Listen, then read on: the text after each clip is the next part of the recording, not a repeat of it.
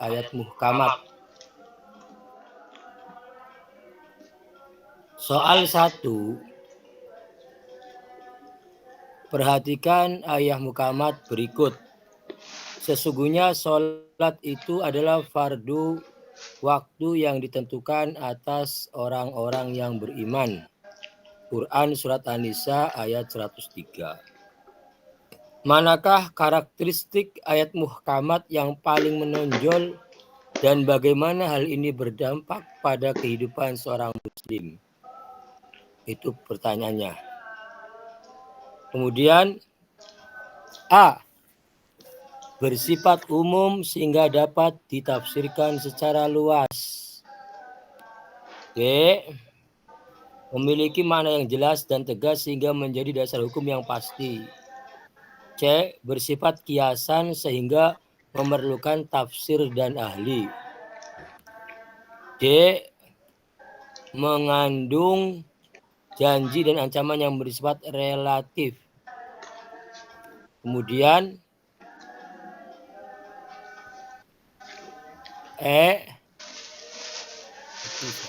bisa mundur sih.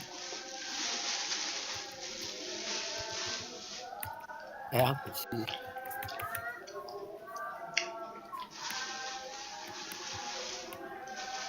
Gak bisa mundur ya? Apa ya?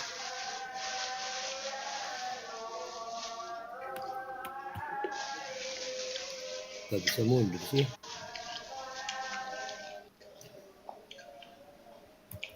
Apa ya? Oh, iki toh.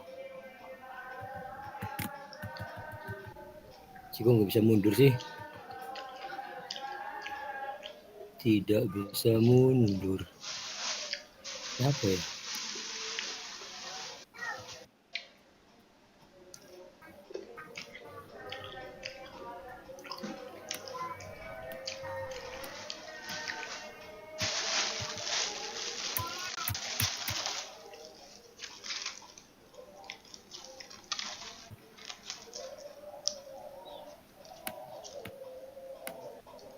Ya Allah. Gak bisa mundur ya? Di itu pakai anak panah aja. Pakai anak panah coba. Pakai anak panah. Iya, atas bawah aja. Kursor tengahnya tuh. Kursor tengah. Diklik wordnya. Soalnya tuh diklik terus tarik. Ya, Bu. Saya diklik gini. Itu udah di-share di grup kan, ada yang mau bantu, di stop aja dulu kalau mau dibantu teman. Iya. Ya, Bu.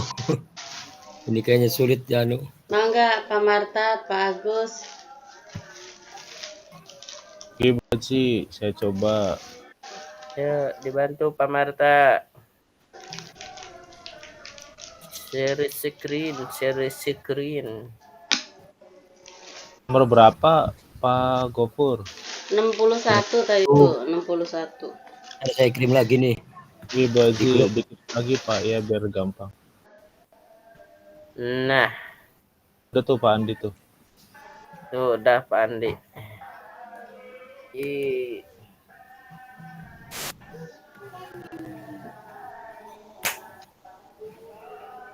Mangga Pak. Iya.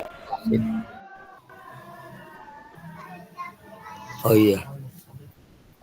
Melanjutkan.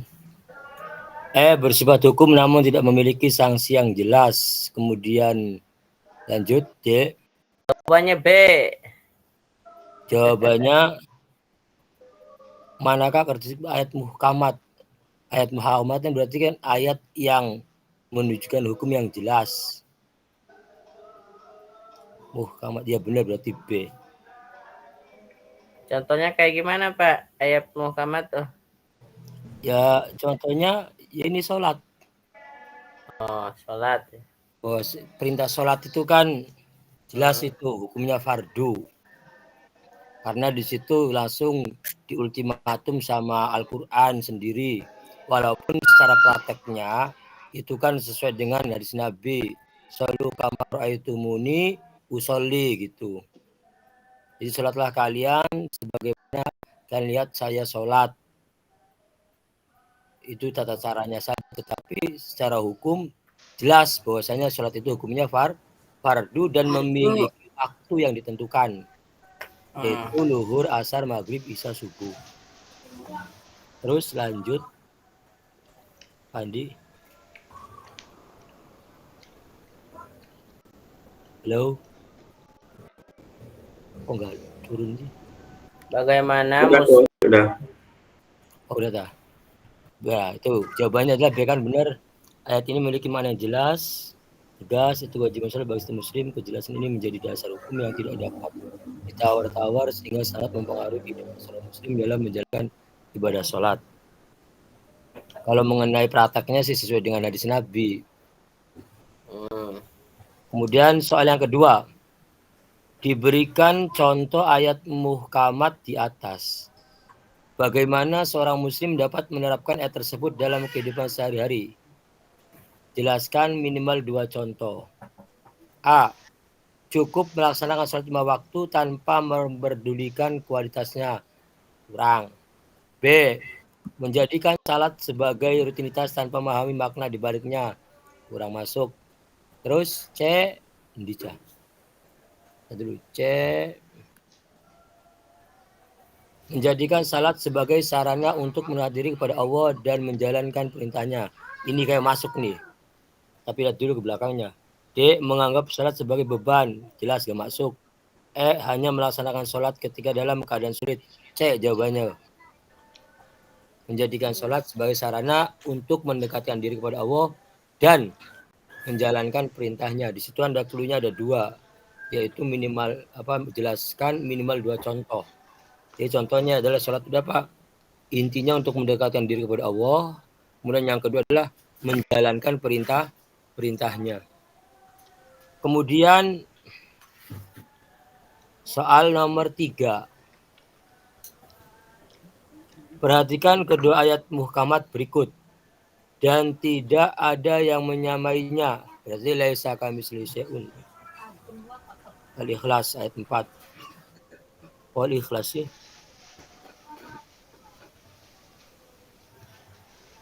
Qul huwa ahad wa samad lam yalid wa lam yakul lahu kufuwan ahad. Iya. Dan tidak ada yang menyamainya. Wa lam yakul lahu kufuwan ahad. Kemudian yang kedua, sesungguhnya salat itu adalah fardu waktu yang ditentukan atas orang-orang yang beriman.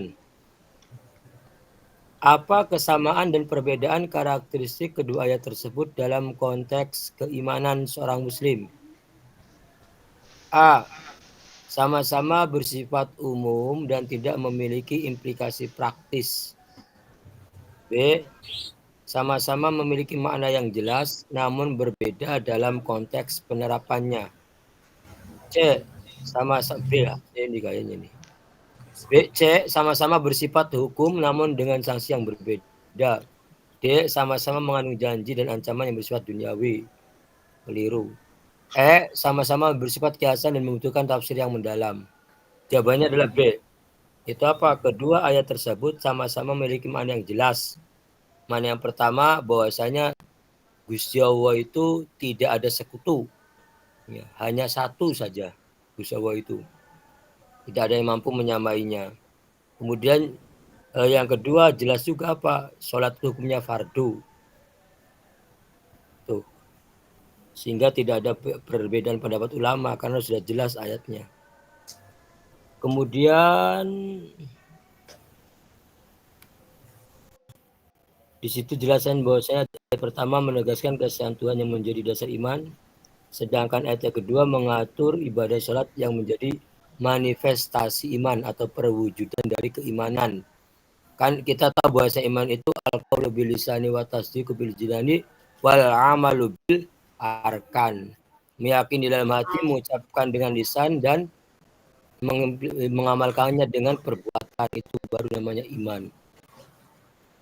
Nah, kemudian kisi-kisi yang nomor 62, indikatornya adalah disajikan satu ayat Al-Quran dengan tafsirnya. Mahasiswa mau menyimpulkan bahwa ayat Al-Quran dan tafsirnya itu merupakan bentuk dari penafsiran secara bil al-ro'yi. Dengan ro'yu itu apa pemikiran. Nah, konsep pentingnya apa? Yang pertama konsep penting bahwasanya tafsir bil al-ra'yi atau bil ra'yi adalah penafsiran Al-Qur'an didasarkan kepada pendapat pribadi mufasir tanpa didukung oleh dalil yang kuat. Maksud dalil kuat itu seperti apa? Dalil kuat adalah seperti hadis sahih atau ijma ulama. Nah, kemudian ciri-ciri khusus tafsir bil ra'yi yaitu subjektif, hanya pendapat sendiri, hanya sudut pandang sendiri yang dipakai. Kemudian tidak konsisten dengan pemahaman ulama salaf, ya. Dan seringkali didorong oleh kepentingan pribadi atau golongan tertentu. Ini salah satu konsep penting dalam memahami mana tafsir bil ra'yi atau bil istimai. Kemudian soalnya atau pertanyaannya adalah perhatikan ayat dan tafsir berikut. Yang pertama, ayat yang berbunyi, dan janganlah kamu mendekati zina. Sesungguhnya zina itu adalah suatu perbuatan yang keji dan suatu jalan yang buruk. Quran Surat Al-Isra ayat 32. Kemudian tafsir ayat yang kedua, ayat ini menunjukkan bahwa zina hanya dilarang bagi orang yang beriman. Sedangkan bagi orang kafir, zina tidak berdosa. Nah, pertanyaannya, manakah pernyataan yang paling tepat mengenai tafsir di atas? A. Tafsir tersebut merupakan tafsir yang sahih karena sesuai dengan konteks sosial pada masa itu. B. Tafsir tersebut merupakan tafsir yang maktub dalam kitab-kitab tafsir klasik. C. Tafsir tersebut merupakan contoh dari tafsir bil ar-ra'yi karena tidak didukung oleh dalil yang kuat. Kemudian D, tafsir tersebut merupakan tafsir yang sesuai dengan perkembangan zaman. Yang E, tafsir tersebut merupakan tafsir yang bersifat ijma' ulama. Jawabannya adalah C. Mengapa C? Sebab tafsir yang menyatakan bahwa zina hanya dilarang bagi orang beriman adalah tafsir yang tidak didukung oleh dalil yang kuat dan bertentangan dengan pemahaman ulama salaf. Ini merupakan contoh klasik dari tafsir bil ra'yi yang subjektif dan tidak berdasar. Soal yang kedua, perhatikan ayat dan tafsir berikut. Ayatnya berbunyi, dan apabila kamu diberi minum, maka minumlah dengan cara bersendawa. Quran Surat Al-Mudassir ayat 10. Tafsirnya apa? Tafsirnya adalah ayat ini menunjukkan bahwa Rasulullah SAW mengajarkan umatnya untuk bersendawa setelah minum sebagai tanda syukur. Manakah pernyataan yang paling tepat mengenai tafsir di atas? A. Tafsir tersebut merupakan tafsir yang sahih karena didukung oleh hadis sahih. B. Tafsir tersebut merupakan contoh dari tafsir bil ra'yi karena terlalu mendetailkan suatu tindakan. C. Tafsir tersebut merupakan tafsir yang sesuai dengan kaidah bahasa Arab. D. Tafsir tersebut merupakan tafsir yang bersifat ijma' ulama. E. Tafsir tersebut merupakan tafsir yang sesuai dengan konteks sejarah. Jawaban yang paling tepat adalah B, yaitu tidak ada dalil yang kuat yang menunjukkan bahwa Rasulullah SAW mengajarkan umatnya untuk bersendawa setelah minum sebagai tanda syukur. Nah, tafsir ini terkesan terlalu mendetailkan suatu tindakan yang tidak disebutkan secara eksplisit, secara jelas dalam ayat. Nah, kemudian soal yang ketiga, perhatikan ayat dan tafsir berikut. Ayat berbunyi, dan janganlah kamu mendekati harta anak yatim, kecuali dengan cara yang lebih baik sampai dia mencapai kedewasaan. Quran Surat An-Nisa ayat 2. Tafsirannya, ayat ini menunjukkan bahwa harta anak yatim boleh digunakan untuk kepentingan pribadi orang tua asuh selama tidak merugikan anak yatim. Pertanyaannya, manakah pernyataan yang paling tepat mengenai tafsir di atas? A.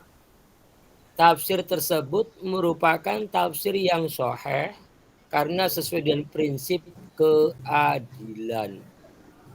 Kemudian B.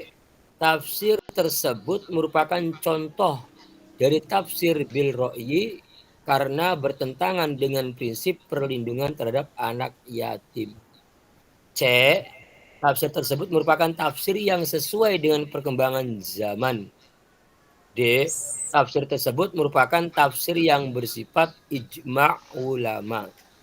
Dan E. Tafsir tersebut merupakan tafsir yang sesuai dengan kaidah bahasa Arab. Jawabannya adalah B. Tafsir yang menyatakan bahwa harta anak yatim boleh digunakan untuk kepentingan pribadi orang tua asuh adalah jelas bertentangan dengan prinsip perlindungan terhadap anak yatim yang tercantum dalam ayat tersebut. Ini merupakan contoh tafsir biroi yang mengabaikan makna literal ayat. Penjelasan umum mengenai tentang tafsir biroi itu apa? Di sini dijelaskan bahwasanya soal-soal di atas dirancang untuk menguji kemampuan mahasiswa dalam membedakan tafsir yang sahih dan tafsir bil ra'yi. Ciri-ciri khusus bil ra'yi yang perlu kita perhatikan adalah yang pertama, tidak didukung dalil yang kuat. Maksudnya apa? Tafsir tidak didasarkan pada hadis sahih, ijma ulama atau qiyas yang sahih. Kemudian cenderung subjektif, yaitu tafsir lebih mencerminkan pendapat pribadi mufasir daripada pemahaman umum ulama. Yang ketiga, bertentangan dengan pemahaman salaf. Maksudnya adalah tafsir bertentangan dengan pemahaman ulama terdahulu yang lebih dekat dengan masa Rasulullah SAW. Dan yang terakhir, daripada kita bisa mendeteksi itu, tafsir biroi adalah terlalu mendetail atau tafsir memberikan penafsiran yang terlalu rinci terhadap suatu ayat tanpa dasar yang jelas. Mungkin itu yang bisa saya sampaikan. Barangkali